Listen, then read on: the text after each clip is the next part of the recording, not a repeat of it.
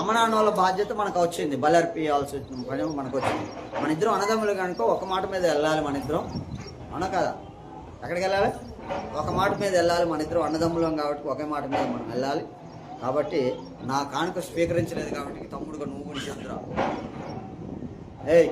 నువ్వు కూడా నువ్వు ఇవ్వకపోతే నేను ఎట్లు ఇచ్చినా నువ్వు కూడా అట్నే ఇవ్వాలి.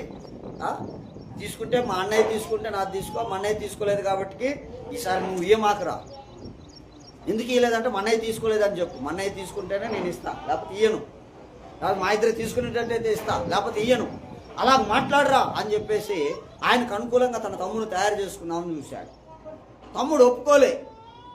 హలో, తమ్ముడు ఒప్పుకోలేదు. అదేంటన్నా, దేవునికి ఇవ్వాల్సిన విషయంలో మనం శ్రేష్టమైన ఇవ్వాలి కదా, దేవునికి ఘనమైన ఇవ్వాలి కదా. అసలు మనం ఎక్కడి నుంచి వచ్చాము? దేవుడు పంపిస్తేనే వచ్చాం కాదమ్మా. ఎలా వచ్చాం మనం? మంచి కుర్చీలో కూర్చోపోలేకపోతే లేచి మనం దేవుని బిడ్డలో మనం దేవుడు ఆయన మన మనుషులం.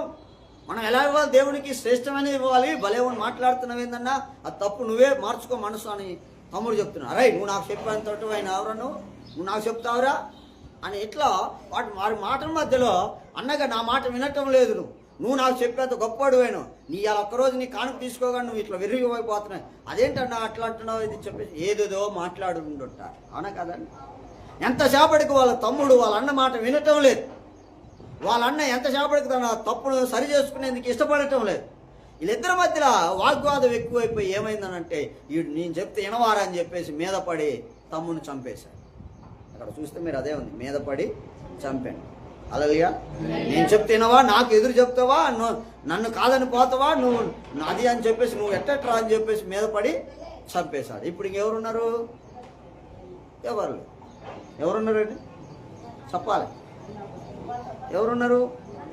ఇంకెవరు లేరు. అన్నాడు తమ్ముడు ఉంటేనే అన్న. హల్లెలూయా. ఇంకెవరు లేరు, ఒక్కడే అయిపోయాడు. ఒక్కడే ఉన్నాడు. ఇక సచ్చినట్టు నా కానుక తీసుకుంటాడు. అరే మనం అందరం అయ్యి ఒకటై బయటికి పోయామనుకో, ఎవరుంటారు ఆ మందిరంలో? ఎవరు ఉండరు.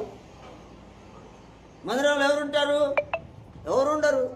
కాబట్టి సచ్చినట్టు మన కోసం ఆయన దిగొస్తాడు. ఆయన మన దగ్గరకు వస్తాడు. మన దగ్గరకు వచ్చినాక మనం పోదాం, మనమందరం ఒక మాట మీద ఉండాలిరా.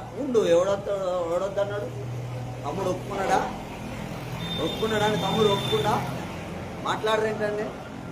ఏబేలు ఒప్పుకోలే. చావటానికైనా సిద్ధపడతాడు కానీ నీవు వాక్యానికి వ్యతిరేకంగా ఎప్పుడు లోబడడు దేవునికి మాట.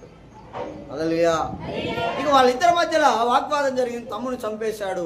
రెండో మారు దేవుడు దర్శనం ఇచ్చాడు. ఎవరికి?